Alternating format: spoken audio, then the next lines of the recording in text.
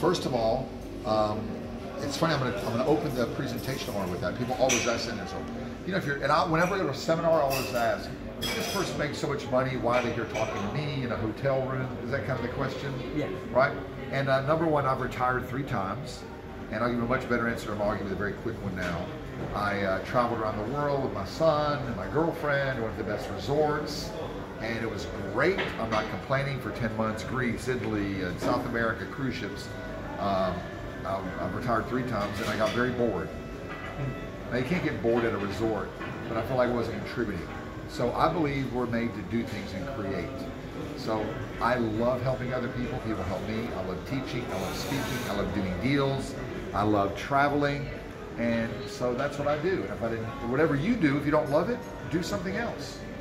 And I've tried to do other things, but I didn't love it. So I love still doing real estate deals. I'm doing one right now, business, speaking, teaching. Last night at Project X, we have our group that's in the Project X. Half the room came up to me after and said, listen, this changed my life. I did a deal, I'm making another deal, I started a deal, I made this, I'm doing this. One of our students now is doing 20 deals a month, which is not normal.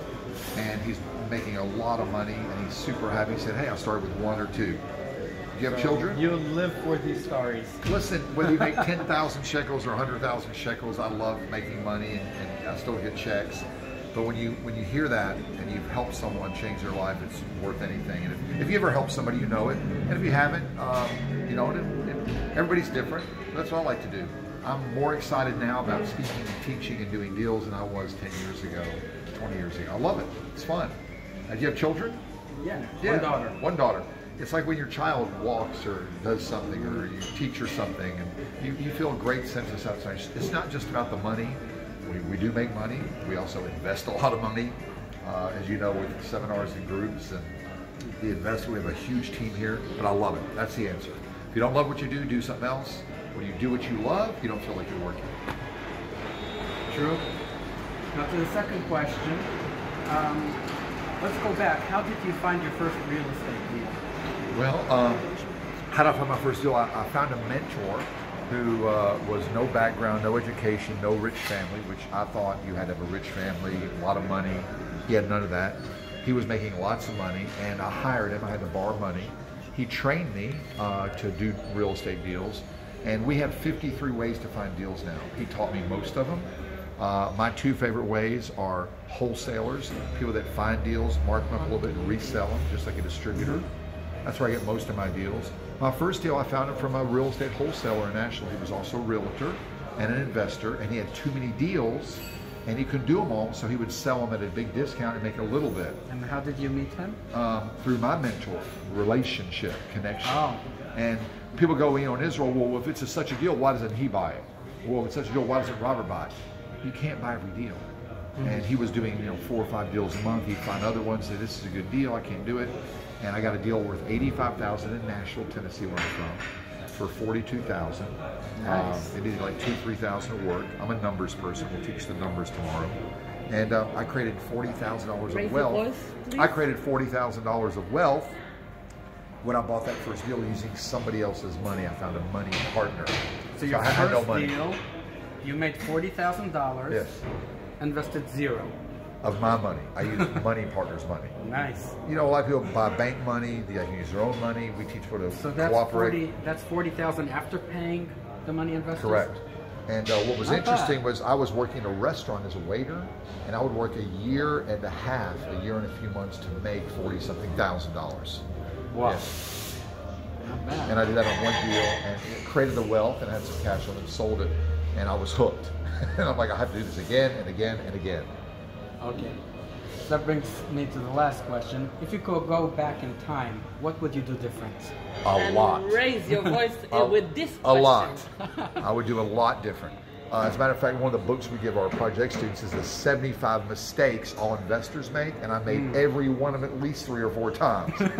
The biggest one, and this sounds very simple, but it's true, is not getting started. I thought, wondered, worried, analyzed. My mentor told me what to do. I saw what worked, and I didn't do it. Fear, worry, negative family. I didn't have the money. I had every reason. And I tell people, whatever you want to do, do it. Get started now. Don't put it off. I put it off too long. And the second one is we all limit ourselves. I would only do little deals in a certain area of town, and now I'm doing bigger deals, better deals. And here's the bottom line. People in Tel Aviv, somebody built this hotel, built the building. People are making money in real estate in Tel Aviv today. They're making a lot of money in real estate in the USA. And if they can do it, I can do it, and you can do it if you want to. And if it's okay, you gotta get rid of all the excuses. I don't have the time, I don't have the money, I'm not sure, I don't believe it.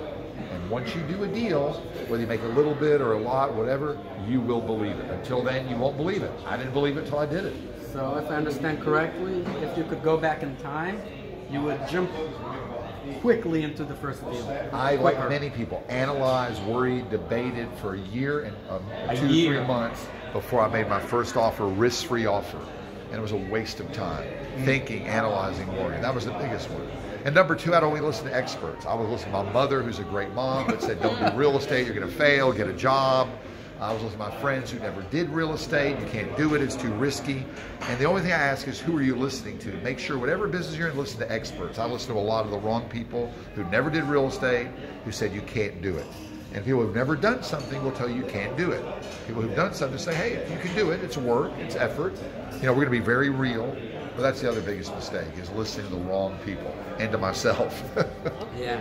So we'll see you tomorrow. Great, I'm excited. Shirley gave me special permission to invite folks from InfoBiz to register at the last minute, although they closed the registration. Don't worry, we will keep a safe place for them. Yeah. Great. So, see you tomorrow. Thank you. And if you're with InfoBiz, congratulations. I know the group. It's a great group. And literally at the end, I'm there early answering questions. Come ask your tough questions.